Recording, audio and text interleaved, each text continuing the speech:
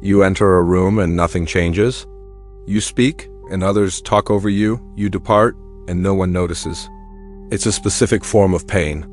Not the searing ache of rejection, but the gradual aching chill of invisibility. You feel like a ghost in your own life. You wonder if you're missing something important, some spark, some genetic gift that the charismatic elite were born with. You see others command attention with ease, while you exhaust yourself trying to be heard, seen, and matter. But here's the terrible truth that society is too polite to reveal. Being ignored isn't a curse. This is a biological response. Humans are predisposed to filter out noise. If people ignore you, it's because your conduct, energy, and presence communicate to their basic brain that you're noise, safe, predictable, and harmless.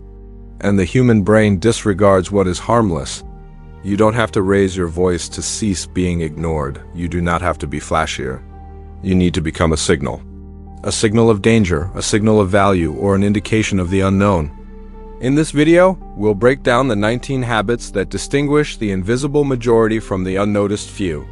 These aren't hacks. This isn't about fake confidence. This is about completely rewriting how you perceive space in reality. We'll go from the physical to the psychological and then to the spiritual. And I warn you that the final habit, number 19, is what makes the other 18 deadly. Most people will never achieve it. Let us start the renovation. Phase 1 is the physiology of power. Most people try to improve their presence through words. They consider witty comebacks. However, by the time you open your mouth, the judgment has already been rendered. 90% of communication is subliminal. The animal brain is communicating with itself. One is the dead eye contact. Most individuals look at others with begging eyes. They check to see if they are being accepted. Their eyes flit around looking for approval. This is the behavior of the prey. The unavoidable person maintains dead eye contact. It's not an aggressive stare. It's a lack of search. When you gaze at someone, you are not requesting permission, you're observing. You keep your look for 1 second longer than is comfortable. You don't blink in reaction to their movement. You free your sight from the desire to be loved. This instills a profound, unnerving respect in the other person. They feel seen. And since they feel seen, they are unable to look away. The pregnant pause. Silence is the loudest sound in the cosmos. Insecure people hurry to fill the silence, which feels like criticism. They are babbling, they explain, they stuttered. The master utilizes the pregnant pause. Before responding to a question, you wait. 1 second, 2 seconds. You glance at them. You allow the tension to develop. You leave them wondering if you will speak at all. This stillness creates a vacuum, which gives your comments more weight. When you eventually speak, everyone leans closer. They are ravenous for a resolution to the tension you built. Third, avoid fidgeting. Look at a king. Look at a predator. Look at the mountain. What have they got in common? They only move when it is absolutely required.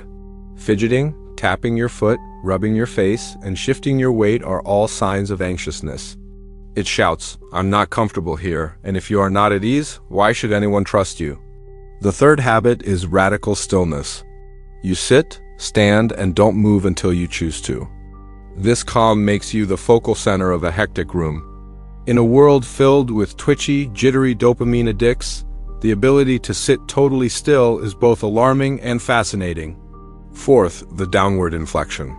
Pay attention to how you end phrases. Do you get up at the end? "My name is John. I believe we should do this." That is the tone used to seek acceptance. It converts a statement into a question. It begs for validation. The unavoidable habit is the downward inflection. Your sentences end with a pitch decrease. "My name is John. We're doing this." It indicates finality. It indicates that the assertion is accurate whether or not the other person agrees. It commands the listener's subconscious mind to accept the truth you present. 5. Taking up space. Consider how you sit on the bus or at a conference. Do you cross your legs tightly? Do you hunch your shoulders? Do you strive to make yourself smaller so as not to annoy anyone? You're shrinking yourself out of existence. Habit 5 is territorial expansion. It's not about manspreading or being disrespectful. It is all about relaxing. You open your chest. You relax your shoulders. You put your arms on the armrests. You fully occupy the space you are in. This communicates to the room that I belong here. I am not a guest in this realm, I'm a resident. The second phase focuses on scarcity psychology. Now that your body has signaled strength, we must address the mind. Why are you ignored? Because you are too available. You're cheap. Supply and demand drive economies and human attention. If you are constantly there, pleasant and available, your value is zero. Sixth, radical brevity. The more you talk, the less you say, and the more likely you are to say something dumb. Insecure people exaggerate. They provide 3 arguments when one is sufficient. They bury the argument in a deluge of words because they are frightened of being misunderstood. The unavoidable tendency is extreme brevity. Reduce your word count by half. Remove the I think, maybe, or sort of, if that's okay. State the facts. State your desire, then stop. Make your words expensive. When you say less, others must work harder to comprehend you. This extra effort increases your value to them. Seventh, walk-away vigor. This is the ultimate bargaining tool because life is a continuous negotiation. Most people are afraid of losing the connection, deal, buddy, or lover, and they cling.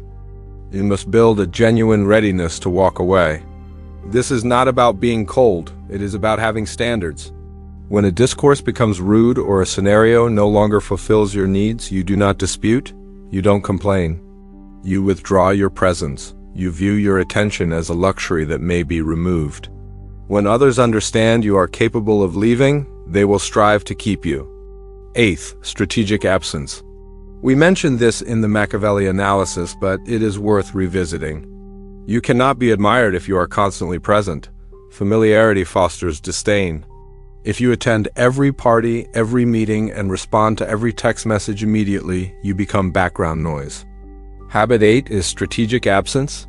Sometimes you just disappear. You don't make any social media posts. You do not respond immediately. You miss the event. You are preoccupied with your own purpose.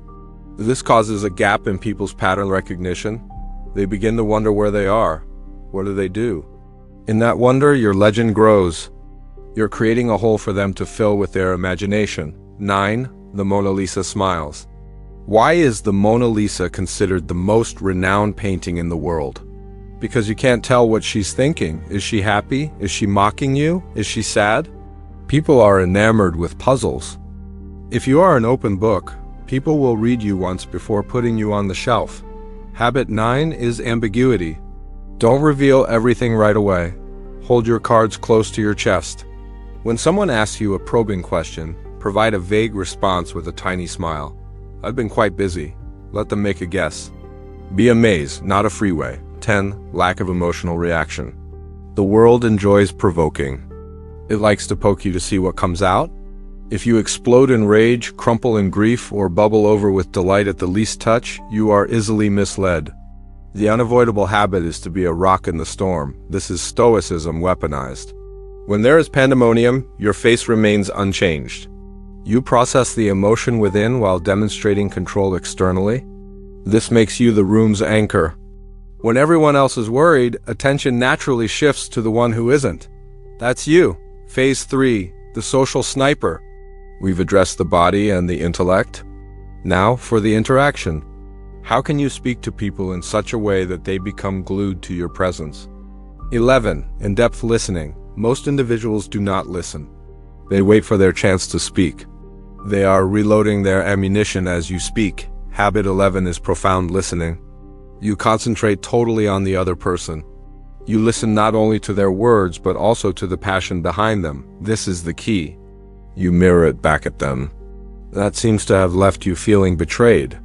Giving someone the feeling of being fully understood is like giving them a high they can't get anywhere else. They will associate you with a sense of relief. They'll seek you out. You become their haven. 12. Weaponized specificity. Generic compliments are just noise. Good job. You look good. These are filler words. They signify nothing. Habit 12 involves weaponized specificity. You notice the smallest nuances. You handled the interruption in the meeting masterfully. You maintain the frame without becoming forceful. That shade of blue makes a stunning contrast to your eyes. Specifics show you're paying attention. Specifics demonstrate that you have high-resolution perception. It makes individuals feel unique and shows you as a quality-conscious individual. 13. Anxiety levels rise due to the slow motion effect. Power takes time. Consider how a CEO moves versus an intern. The intern rushes for the door. The CEO takes a walk. Habit 13 is to consciously slow down your physical activities. When you reach for your coffee, do so smoothly and slowly. Turn your head deliberately. This alters your view of time. It indicates that you are not feeling the pressure of the clock. You are the master of your time. It's hypnotic to watch. 14. Gatekeeping access. You must treat your inner life like a VIP section. Within 5 minutes of meeting someone, most people vomit their trauma, dreams, and secrets in front of anyone who will listen. They hunger for connection. Habit 14 is gatekeeping. You share your life in layers. You give a little. If they prove worthy, you provide a bit more. You make people earn their right to know you. This generates a psychological funnel. The deeper they go, the more invested they get. They respect the connection because they have worked for it. 15. The unapologetic no is a complete sentence. People who are overlooked are typically yes men. They are afraid of conflict. They agree to everything. They become doormats. Habit 15 is the ability to say no without making an excuse. No, I can't because I need to wash my cat. Simply said, I am unable to do it or it does not work for me. When you impose a boundary without justifying it, you are indicating high status. You are indicating that your will is a sufficient reason. Phase 4, the internal empire. This is serious work. People will notice you based on your previous habits. These final habits will leave a lasting impression on those who know you. 16. Shadow integration. This is from Jung. Someone who is simply pleasant is dull. Someone who is merely polite is weak. To be unmissable, you must have a sense of danger. This does not imply you are evil, it signifies you're capable. You've merged your aggression, darkness, and potential for mayhem, and you've got it under control. It's the difference between a rabbit and a tiger. Both are sitting silently. But you disregard the rabbit. You never overlook the tiger. Why? Because tigers are hazardous? Habit 16 is to accept your dark side. Do not hide your aspirations. Do not conceal your disapproval. Allow others to believe that you have a monster inside of you, but you're keeping it under control. That's true charisma. 17. High level of agency. The majority of people are NPCs, non-player characters. They follow the script. They gripe about the weather, the economy, and their employer. They are victims of circumstances. Habit 17 represents a high level of agency. You don't complain, you act. You don't wait for directions, you create solutions. When things go wrong, you don't search for someone to blame. You're looking for a solution to remedy it. People naturally follow someone who knows where they're headed. In a world of nomads, the guy with a map is king. 18. Intellectual peril. Stop repeating what you heard on the news. Stop repeating popular opinions. Habit 18 is to think critically and express thoughts that may offend. To perceive reality as it is rather than what it should be. When you talk, say something honest, even if it is difficult. I don't think that's the best way to look at things. I believe the actual issue is that when you shatter the echo chamber, you jolt the system. Others could disagree with you. They might despise you, but they will never ignore you. Phase 5 is the last habit. And now for the keystone, the habit that keeps your soul's construction together. Without this, the remaining 18 are simply acting. This makes them your nature. 19. The emptiness. This is the hardest lesson. You must reach a point when you genuinely do not care if they ignore you or not. Paradoxically, the moment you stop seeking attention, you become a magnet for it. This is the law of reversed effort. When you are desperate for attention, you repel it. When you are content in the dark, the spotlight will find you. Habit 19 is getting comfortable in the void. It is being alone in a room and feeling whole. It's stepping into a party without having to talk to anyone to feel validated. It is posting your work, art, and opinions without checking for likes. It is the realization that your worth is inherent, not extrinsic. You are the sun. The sun doesn't beg the planets to orbit it. It simply burns. It simply is. Gravity takes care of the rest. When you have this habit, you are free. You're no longer dancing for their amusement. You are following your own rhythm. And the rhythm is captivating. Check out these 19 habits. What have they got in common? These are all examples of conservation. The unseen individual is spewing energy everywhere, leaking words, fidgets, neediness, and validation. They represent an open wound of insecurity. The unignorable individual is a fortress. They conserve energy. They direct it precisely. They form a closed circuit of power. When you master these behaviors, your environment shifts around you. You will realize that others are waiting for you to speak. People will desire your approval. The energy in a room transforms when you enter it. But you should be warned, this path demands death. You must eliminate the part of yourself that aspires to be a good boy or girl. You must eliminate the part of yourself that requires a pat on the head. You must kill the people pleaser. You're transitioning from victim to architect? So here's your mission for tomorrow. Choose one behavior. Only one. Perhaps it's the dead-eye look. Maybe it is the silence. Test it out in the real world. Observe how others react. Watch how they squirm. Pay attention to how much people respect you. You have spent enough time as a ghost. It is time to get genuine. If you are ready to quit being invisible and start being deadly, leave a remark saying, "I am the signal." Remember that the world does not ignore you because it does not see you. They ignore you because they believe they have figured you out. Prove them wrong. Subscribe if you want to delve deeper into the abyss. See you in the shadows.